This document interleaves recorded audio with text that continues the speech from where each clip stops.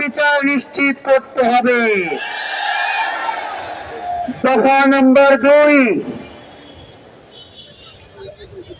বাংলাদেশে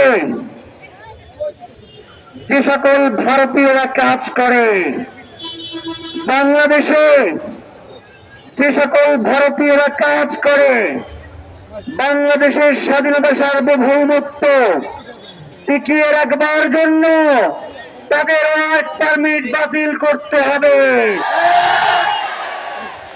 দফা নম্বর 3, খুনি হাসিনা এবং যারা বাংলাদেশে 17 বছর গুম খুন করে মানুষের জীবনকে জাহান্নাম বানিয়ে দিল্লিতে আশ্রয় নিয়েছে, তাদেরকে যদি ফেরত দেওয়া না হয় আন্তর্জাতিক আদালতে ভারতের বিরুদ্ধে নালিশ জানাতে হবে।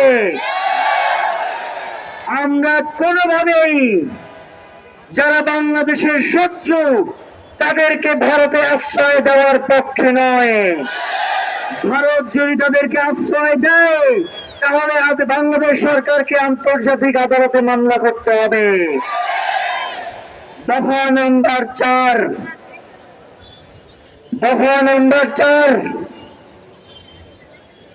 এখন পর্যন্ত বাংলাদেশে যে সকল গোয়েন্দা সংস্থা রয়েছে, বাংলাদেশে যারা আইন শৃঙ্খলার কাজে নিয়োজিত রয়েছে, তারা এক একজন এক এক রকম বক্তব্য দিচ্ছে। কারো বক্তব্যের সাথে কারো বক্তব্য মিল নাই। তারা জনগণকে বিভ্রান্ত করতে চায়। তারা জনগণের এই মতামতকে, জনগণের এই জাগরণকে ভয় পায়। আমরা সরকারের কাছে অনুরোধ করছি, তাদেরকে চিহ্নিত করে তাদেরকে অতি দ্রুত চাকরিচ্যুত করে বিচারের মুখোমুখি করতে হবে এবং এই দফার সাথেই সিভিল মিলিটারি ইন্টেলিজেন্সের মধ্যে যে সকল আওয়ামী শুয়াররা বসে আছে তাদেরকে বিচারের মুখোমুখি করতে হবে। প্রিয় ভাইয়েরা, এই 4 দফার মধ্যে আগামী 24 কার্য দিবসের মধ্যে শহীদ ওসমান হাদির খুনিদের গ্রেফতার ও বিচার সম্পন্ন করা হচ্ছে আমাদের প্রধান দাবি।